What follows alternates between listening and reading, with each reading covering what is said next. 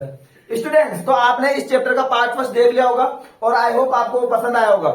अब इस वीडियो के अंदर हम ओम का नियम पढ़ने वाले हैं और कुछ प्रीशियस मोस्ट इंपोर्टेंट टॉपिक पढ़ने वाले हैं जो बोर्ड एग्जाम के लिए बहुत ही ज्यादा इंपोर्टेंट है। तो आप अच्छे से हमारे साथ बने रहे, ठीक है? ओके, चले।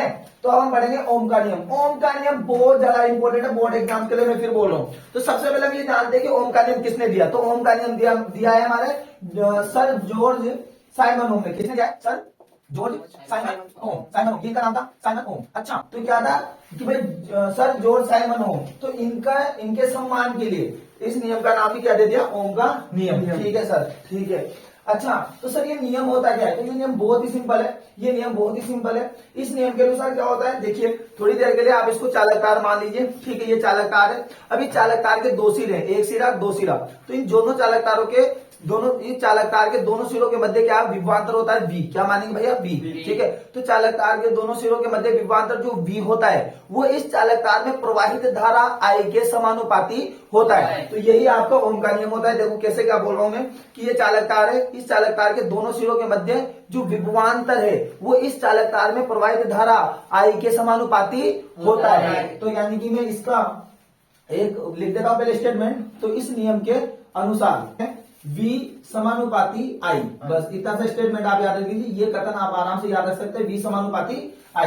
V समानुपाती I का मतलब क्या है दोस्तों? अगर हम इस चालक तार के अंदर विभवांतर का मान बढ़ाएंगे तो धारा का मान भी क्या होगा? बढ़ेगा। और अगर इसके अंदर हम विभवांतर का मान कम करेंगे तो धारा का मान भी क्या होगा? कम करेगा। इसलिए इसको बोला हमने V समानुपाती I, यानी कि विभवांतर जो है वो धारा के क्या होता है दोस्तों? समानुपाती। यही हमारे ओम का नियम होता है। ठीक है, एक बार और रिपीट कर देते हैं। किसी भी चालक तार के, ये चालक तार है, तो किसी भी चालक तार के दोनों सिरों के मध्य उत्पन्न विभवांतर V इस चालक तार में प्रवाहित होने वाली धारा I के समानुपाती होता है। तो V समानुपाती I।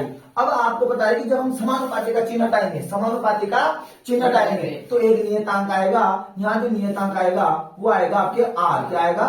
R। तो आपके एक सूत्र बन जाएगा V बराबर R है। क्या बन जाएगा? V बराबर R है। ठीक है सर। अब यहाँ से आपको तीन सूत्र याद करने हैं दोस्तों, एक V का, एक R का, एक I का। क्योंकि ये तीनों सूत्र हमारे जो न्यूमेरिकल्स है उनमें बहुत ज्यादा क्या होंगे? इंपोर्टेंट होंगे।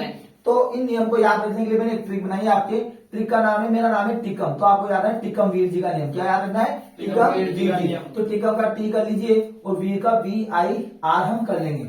अब आपको इन तीनों सूत्रों को कैसे याद रखना दोस्तों? बहुत इजीली याद रख सकते हैं, आपको कोई दिक्कत वाली बात नहीं। देखिए सबसे पहले आप V को बंद कर लीजिए, तो जिसको बंद किया उसको यहाँ लिखिए। उसके बाद नीचे क्या है? IR। तो देखो दोनों साथ में आ रहे तो लिख दीजिए IR। बहुत बढ़िया।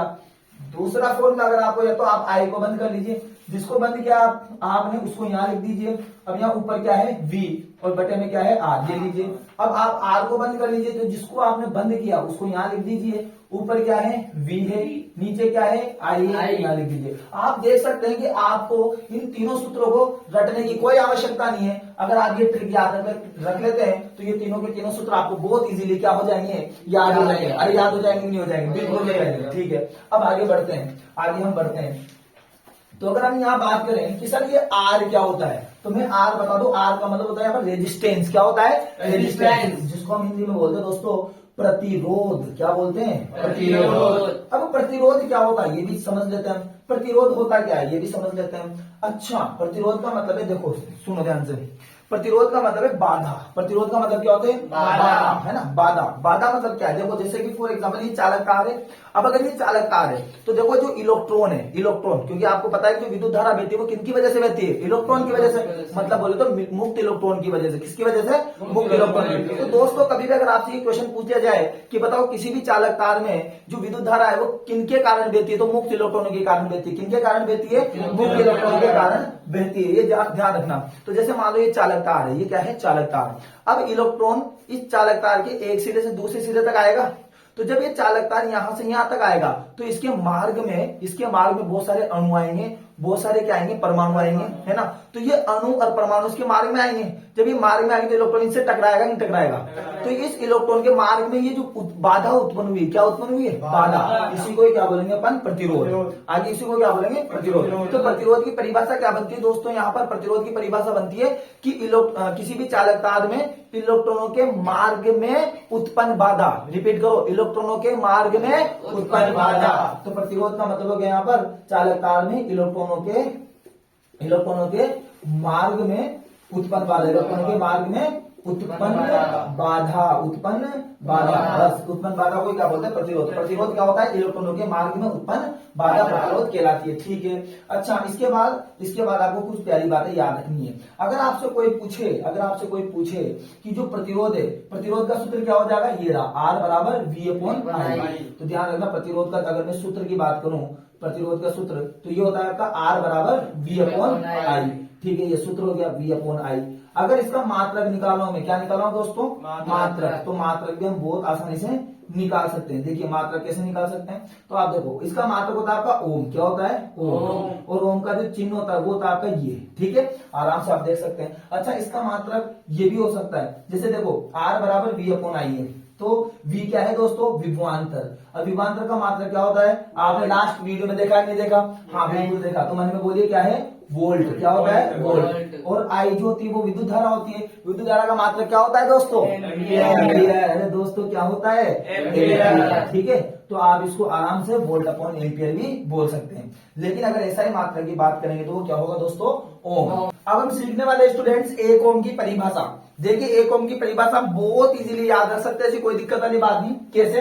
पहले आप ये सोचो, जो ओम है भाई, जो ओम है वो किसका मात्रक होता है यार? बताओ तो। ओम किसका मात्रक होता है भाई? प्रतिरोध का मात्रक होता है। तो प्रतिरोध का मात्रक होता है तो सीधी सी बात में प्रतिरोध का सूत्र लगाऊंगा ना। और आपने अभी थोड़ी देर पहले मैंने एक बहुत टिकमवीर जी के नाम से एक ट्रिक बताई थी। अगर उसके अकॉर्डिंग आप R का फॉर्मूला निकाले तो क्या आएगा? R बराबर क्या आ जाएगा? V/I। R बराबर क्या आ जाएगा? V/I। ये हमारा क्या आ गया? सूत्र आ गया। क्या आ गया भाई?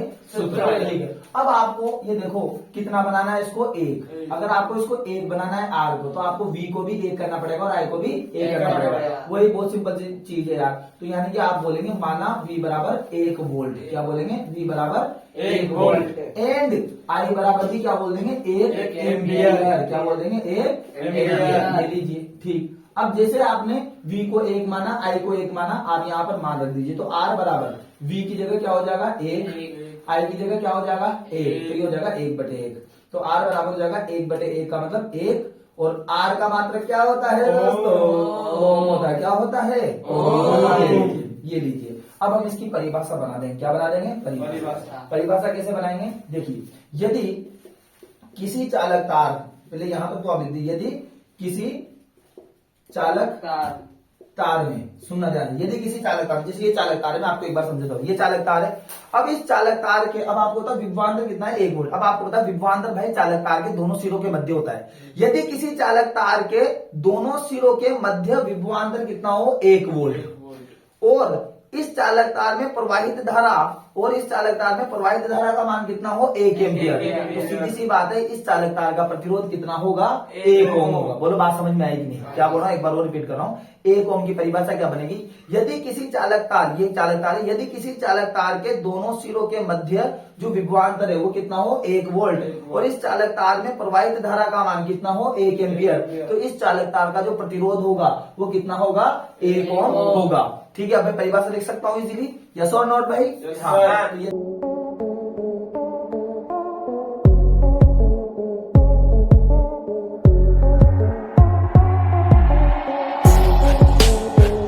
तो इसके बाद अगला जो टॉपिक पढ़ेंगे हम, वो बहुत ही प्यारा टॉपिक है। वो टॉपिक क्या है? प्रतिरोध की निर्भरता। प्रतिरोध की निर्भरता। अच्छा, ये टॉपिक भी पढ़ना बहुत ज्यादा जरूरी है। अच्छा, प्रतिरोध की निर्भरता का मतलब क्या है? अब हम ये पढ़ने वाले हैं कि एक्चुअल में जो ये प्रतिरोध R है, मतलब इलेक्ट्रॉनों के मार्ग में जो उत्पन्न बाधा है, यानी कि जो ये प्रतिरोध है किस पर निर्भर करता है? किस पर निर्भर करता है? तो दोस्तों ये 3 चीजों पर निर्भर करता है। मैं आपको बता दूं कितनी चीजों पर करता है? 3 चीजों पर। पहला, चालक तार की लंबाई पर। चालक तार की लंबाई पर। ठीक है, पहली चीजों की चालक तार की लंबाई। दोस्तों दूसरे नंबर पर है चालक तार के अनुप्रस्थ काट पर। अनुप्रस्थ काट पर। तो दूसरी चीजों के अनुप्रस्थ काट पर। अच्छा, तीसरा क्या हो जाएगा? तो तापमान पर। किस पर? तापमान पर, है ना? चालक तार के तापमान पर। ठीक है सर। अच्छा, ये 3 चीजों पर निर्भर करता है। अब हम बारी बारी से एक एक को बहुत अच्छे से प्रैक्टिकल एग्जांपल से हम इसको समझते हैं। जैसे अगर मैं पहले नंबर पे बात करूं लंबाई पर, पहले नंबर पे बात करूं किस पर? लंबाई पर। ठीक है सर। अब सर प्रतिरोध लंबाई पर कैसे निर्भर करता है? प्रतिरोध लंबाई पर कैसे निर्भर करता है, ये चीज बताओ। मैंने कहा देख बहुत इजी है भाई, मैं तेरे को एक बहुत अच्छे से प्रैक्टिकल एग्जांपल दे रहा हूं। मैं कह रहा हूं कि एक बार मुझे 10 किलोमीटर जाना है और एक बार मुझे 20 किलोमीटर जाना है। थोड़ा दिमाग लगा कि अगर मैं 10 किलोमीटर जाऊंगा तो मुझे जैसे मान लीजिए कुछ व्यक्ति मिलेंगे बीच में, लेकिन वहीं अगर मैं 20 किलोमीटर जाऊंगा तो वहां भी व्यक्ति मिलेंगे। लेकिन आपको पता है कि आप जितनी ज्यादा दूरी जाएंगे आपको व्यक्तियों की संख्या ज्यादा होगी कि नहीं होगी? आपको ज्यादा व्यक्ति मिलेंगे नहीं मिलेंगे? इसका मतलब अगर लंबाई ज्यादा होगी तो व्यक्ति ज्यादा मिलेंगे। व्यक्ति ज्यादा मिलने का मतलब है कि अणुपरमाणु ज्यादा होंगे, मतलब इलेक्ट्रॉनों के मार्ग में जो बाधा है वो भी क्या हो जाएगी? ज्यादा। लेकिन अगर आप कम लंबाई जाएंगे, कम दूरी जाएंगे तो वहां पर व्यक्ति क्या मिलेंगे? आपको कम मिलेंगे। इसका मतलब अणुपरमाणु क्या हो जाएंगे? कम हो जाएंगे। तो इसका मतलब प्रतिरोध भी क्या हो जाएगा? कम हो जाएगा। इससे हमें ये पता चला दोस्तों कि अगर आप चालक तार को लंबा लेंगे, क्या लेंगे दोस्तों? चालक तार को लंबा लेंगे तो प्रतिरोध भी क्या होगा? ज्यादा, है ना। अगर लंबाई ज्यादा तो प्रतिरोध ज्यादा। लेकिन अगर आप चालक तार को इत्तू सा लेंगे, छोटा सा लेंगे तो प्रतिरोध भी क्या होगा? कम। तो हमने यहाँ से ये पता चला कि लंबाई ज्यादा तो प्रतिरोध ज्यादा, लंबाई कम तो प्रतिरोध कम। तो यानी कि हम लिख देंगे कि भाई साहब जो आर है वो एल के क्या होता है? समानुपाती होता है। क्या होता है? समानुपाती होता है। जब एक चीज ज्यादा तो दूसरी चीज ज्यादा, एक चीज कम तो दूसरी चीज कम, इसको बोलते हैं समानुपाती। क्या बोलते हैं? समानुपाती। ठीक है सर, ये बात समझ में आएगी। दूसरे नंबर पे किस पर निर्भर करता है? अनुप्रस्थ काट पर।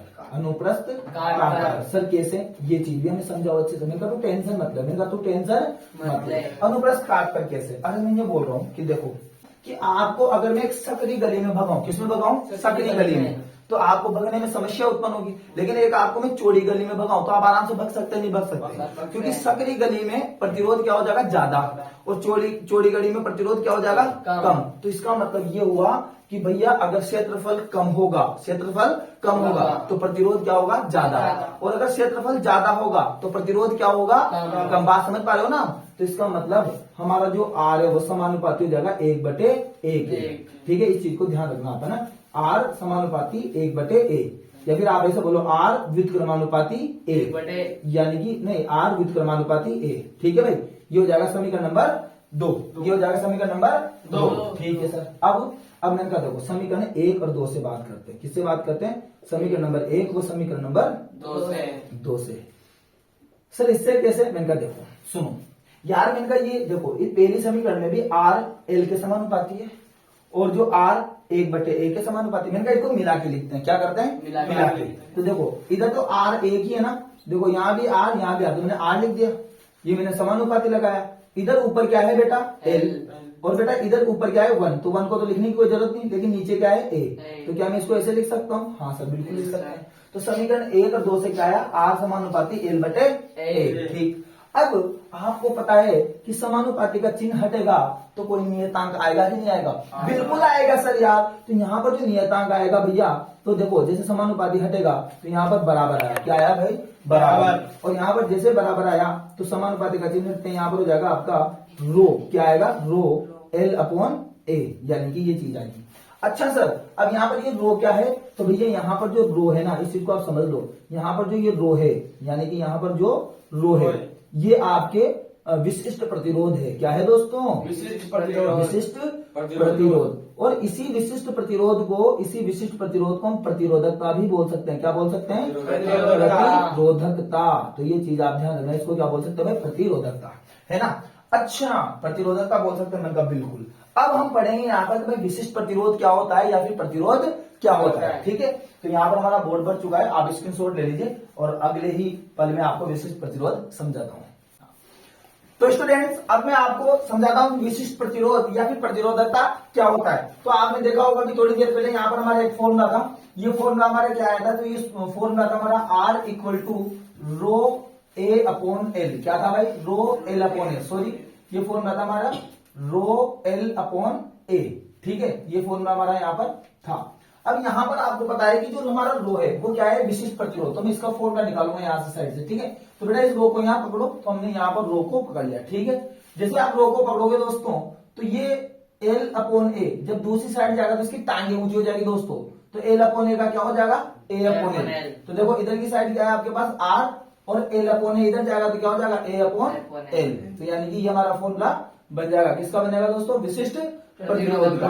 बहुत बढ़िया, तो हमारे विशिष्ट प्रतिरोध का सूत्र बन गया दोस्तों RA/L। ठीक है, अब मैंने कहा देखो, अगर इसकी परिभाषा में देनी है, अगर हमें इसकी डेफिनेशन देनी है, तो आप इस चीज को ध्यान से समझिए, बहुत इजीली हम डेफिनेशन दे सकते हैं। आपको क्या करना है, यहाँ पर जो एल है वो क्या है, चालक तार की लंबाई, क्या है, चालक तार की लंबाई। तो हमें यहाँ पर मानना पड़ेगा कि जो एल है उसको हमें 1 मीटर लेना है। कितना लेना है, 1 मीटर। एंड आपको पता है यहाँ पर जो ए है वो क्या है, आपका अनुप्रस्थ काट, चालक तार का अनुप्रस्थ काट, और इसका जो वैल्यू है, इसका जो मान हमें लेना पड़ेगा 1 मीटर स्क्वायर। जैसे आप इसका मान यहाँ पर रखेंगे तो आप देखेंगे रो बराबर यहाँ हो जाएगा R इंटू ए की जगह हो जाएगा आपका 1 अपॉन ए की जगह भी क्या हो जाएगा 1। तो अगर आप देखेंगे तो रो का आंसर आपके आएगा 1/1, तो यानी कि आ जाएगा R। अगर आप ध्यान से देखें तो R क्या है आपके, तो R तो प्रतिरोधी है, R क्या है आपके, प्रतिरोधी है। तो इसका मतलब प्रतिरोधकता क्या प्रतिरोध है, हाँ बिल्कुल। अरे दोस्तों समझो ध्यान से यार, ध्यान से समझो भाई, विशिष्ट प्रतिरोध यानी कि बोलते प्रतिरोधकता, प्रतिरोधकता और प्रतिरोध एक ही है, दोनों अलग अलग नहीं है, लेकिन बहुत बारीक डिफरेंस है। क्या है बेटा, बहुत बारीक, ध्यान दे लो, बहुत बारीक डिफरेंस। क्या कि मैंने कहा सबसे बड़ा है प्रतिरोध, सबसे बड़ा क्या है, प्रतिरोध।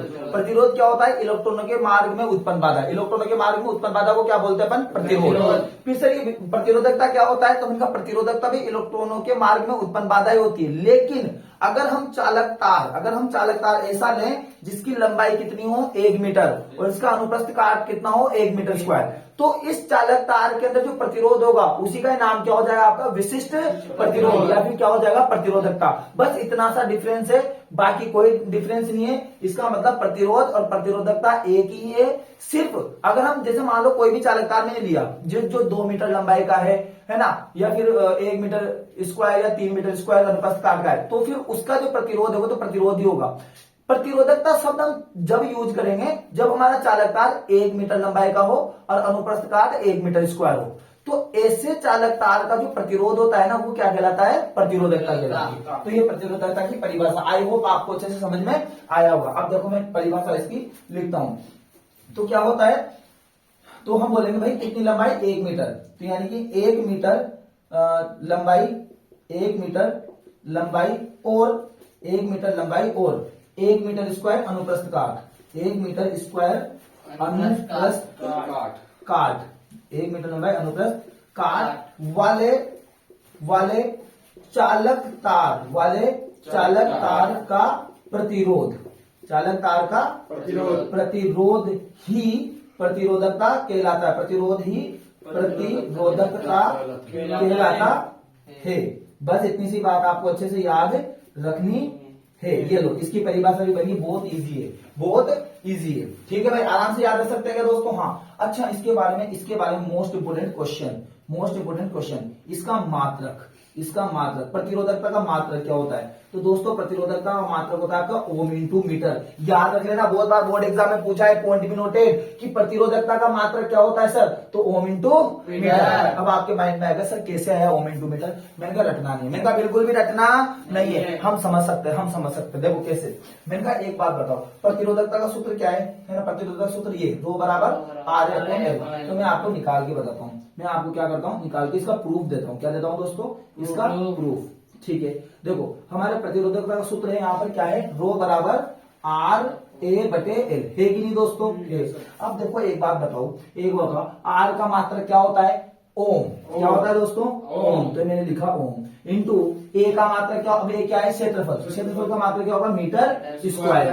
ठीक है, एल क्या है, लंबाई, लंबाई का मात्रक क्या होता है, मीटर। आप ध्यान से देखो, मीटर से मीटर कटेगा कि नहीं कटेगा, तो यहाँ क्या बचेगा, ओम, और इंटू क्या बचेगा, मीटर। अरे आया कि नहीं आया, आया कि नहीं आया। तो क्या रखने की जरूरत है, अगर क्या कभी आप भूल जाओगे तो आराम से ओम इंटू मीटर निकाल सकते हो, नहीं निकाल सकते, अरे यस और नॉट, बहुत बढ़िया। ठीक है सर, ये खत्म हो गया आपका। अब इसके बाद तो अब स्टूडेंट्स, तो ये एक बहुत अच्छी नोट सीखने वाले हैं हम यहाँ पर, प्रतिरोधकता की निर्भरता। देखो प्रतिरोध की निर्भरता हम पढ़ रहे हैं, प्रतिरोध आपके चालक तार की लंबाई पर निर्भर करता है, क्षेत्रफल पर निर्भर करता है, लेकिन जो प्रतिरोधकता है क्या वो भी चालक तार की लंबाई पर निर्भर करता है क्या क्षेत्रफल पर निर्भर करता है क्या, हम देखते हैं। तो मैं आपको बताऊं कि अगर हम प्रतिरोधकता का सूत्र देखें दोस्तों, तो वो है रो बराबर RA/L। ठीक है, अब अगर आप इस सूत्र को ध्यान से देखें दोस्तों, तो इसके अंदर भी ए आ रहा है, एल आ रहा है। इसका मतलब प्रतिरोधकता को ए और एल पर निर्भर होना करना चाहिए, लेकिन मैं बोलता हूं कि नहीं करता। ये बहुत इंपॉर्टेंट बात है, ध्यान रखना ना, एग्जाम में क्वेश्चन पूछ लिए जाते हैं बहुत सी बार डीप वाले। मैं कह रहा हूं क्यों नहीं, क्योंकि यार आप ये देखो कि जो प्रतिरोधकता है, प्रतिरोधकता क्या होती है, तो प्रतिरोधकता तो ऐसे चालक तार का प्रतिरोध होता है, ऐसे चालक तार का प्रतिरोध होता है जिसकी लंबाई आपने फिक्स कर दी दोस्तों 1 मीटर, जिसका क्षेत्रफल फिक्स कर दिया दोस्तों 1 मीटर स्क्वायर। मतलब मैं बोल रहा हूं कि आपने ए को भी फिक्स कर दिया, ए को भी फिक्स कर दिया और एल को भी यहां पर क्या कर दिया, फिक्स कर दिया। इसको बोल दिया आपने 1 मीटर स्क्वायर, इसको बोल दिया आपने 1 मीटर। जब आपने ए और एल को दोस्तों फिक्स कर दिया, तो सीधी सी बात है कि जो प्रतिरोधकता है वो चालक तार की लंबाई और अनुप्रस्थ काट पर तो निर्भर कर ही नहीं सकता। तो फिर किस पर निर्भर करता है, तो पॉइंट बी नोटेड, स्टार वाला पॉइंट है दोस्तों, चालक तार के पदार्थ पर। पदार्थ पर मतलब कि वो जो 1 मीटर लंबाई और 1 मीटर स्क्वायर क्षेत्रफल वाला जो चालक तार है, वो चांदी का बना है या कॉपर का बना है या एल्यूमिनियम का बना है या किसी मिश्र धातु का बना है, तो इसी पदार्थ पर निर्भर ये प्रतिरोधकता करती है। बस चालक तार की लंबाई और क्षेत्रफल पर बिल्कुल भी ये निर्भर नहीं करेगा। ठीक है, इसके बाद अगर ये खत्म हुआ हो, अगर ये आपको समझ में आ गया, तो इसके बाद मैं आगे बढ़ता हूं। तीसरे नंबर पे मैं आपको समझाना चाहूंगा, यहां पर हम पढ़ रहे थे प्रतिरोध की निर्भरता। तो तीसरे नंबर पे प्रतिरोध की निर्भरता जो होती है वो होती है तापमान पर। किस पर होती है दोस्तों, तापमान पर। ठीक है, तो मैं आपको बता दूं कि जो हमारा प्रतिरोध होता है वो तापमान के क्या होता है, समानुपाती होता है। T का मतलब यहाँ पर टेम्परेचर होता है। अब कैसे, मैं क्या बोल रहा हूं दोस्तों, मैं आपको एक बहुत अच्छा एग्जांपल देता हूं। आप मेरे वीडियो को जिस भी कमरे में बैठ के देख रहे हैं, इमेजिन कीजिए अगर मैं उस कमरे के नीचे भट्टी लगा दूं, क्या लगा दूं, भट्टी, और उस भट्टी का तापमान में कंटिन्यू बढ़ाता रहूं, तो थोड़ी देर बाद क्या होगा, थोड़ी देर बाद आपको भी पता है क्या होगा, तो थोड़ी देर बाद क्या होगा कि आप इधर उधर भगने लगेंगे, नहीं भगने लगेंगे, बिल्कुल भगने लगेंगे। उस कमरे के अंदर जितने भी 5-6 लोग बैठे वो भी भगने लगेंगे, नहीं भगने लगेंगे, बिल्कुल भगने लगेंगे, है ना। तो इसका मतलब वहां पर भगदड़ मचेगी। भगदड़ मचने का मतलब है कि प्रतिरोध क्या होगा, बढ़ जाएगा। तो इसका मतलब अगर हम किसी भी चालक तार का प्रतिरोध, अगर किसी भी चालक तार का तापमान बढ़ाते हैं तो उसका प्रतिरोध भी क्या हो रहा है, बढ़ रहा है। और वहीं अगर मैं भट्टी को बंद कर दूं और वहां पर ठंडाई उत्पन्न कर दूं, वहां पर तापमान को कम कर दूं, तो आप भी शांति से बैठेंगे, नहीं बैठेंगे, तो भगदड़ मिट जाएगी। इसका मतलब है अगर तापमान को कम किया जाए तो यानी कि सीधी सी बात है उसका प्रतिरोध भी क्या हो जाएगा, कम हो जाएगा। तो इसका मतलब जो है कि अगर तापमान बढ़ेगा तो प्रतिरोध बढ़ेगा, तापमान कम होएगा तो प्रतिरोध भी कम होगा। ठीक है, आई होप आपको ये बहुत अच्छे से समझ में आया होगा, आप स्क्रीनशॉट ले सकते हैं।